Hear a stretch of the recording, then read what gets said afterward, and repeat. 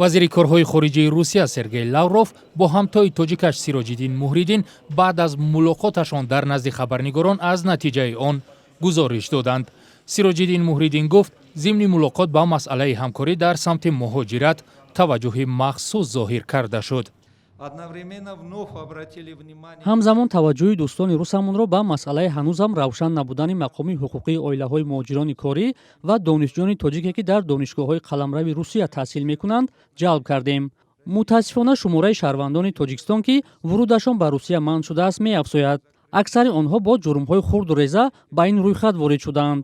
мо аз ҷониби Русия хоҳиш кардем ки барои ҳалли мусбии ин масъала чораҳо андешанд. Сергей Лавров дар навбати худ гуфт, бояд шаҳрвандони Тоҷикистон тамоми санадҳои меъёрии ҳуқуқии Русияро риоя кунанд.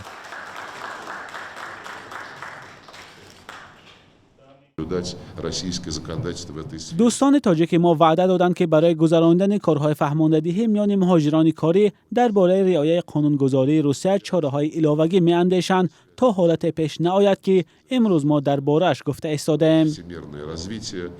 مهاجران اکثر وقت مقامات را برای بپروایی نسبت به سرنوشتی نوناوران گناهکار می‌کنند، ولی مقامات تاجیکستان و روسیه بیشتر مهاجران را مقصر وضعیت می‌دانند. وزیران امور خارجه تاجیکستان و روسیه در ملاقاتشان مسائل امنیتی را نیز به بررسی گرفتند. روسیه دیگر باره آمادگی خود را برای مستحکم کردن مرزی تاجیکستان با افغانستان اظهار داشت. در پس منظر خروج نیروهای آمریکایی و ناتو از خاک افغانستان، سرگئی لاوروف وزیر امور خارجه روسیه خواستار رشد همکاری‌های حربی تکنیکی کشورش با تاجیکستان شد.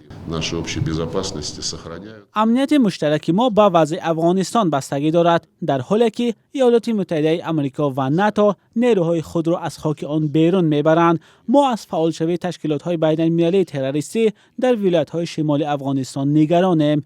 آماده‌ایم تمام کمک‌ها را به دوشنبه در سمت مبارزه با تروریسم و افراطگرایی و گردش غیرقانونی مواد نشع‌آور رسانیم.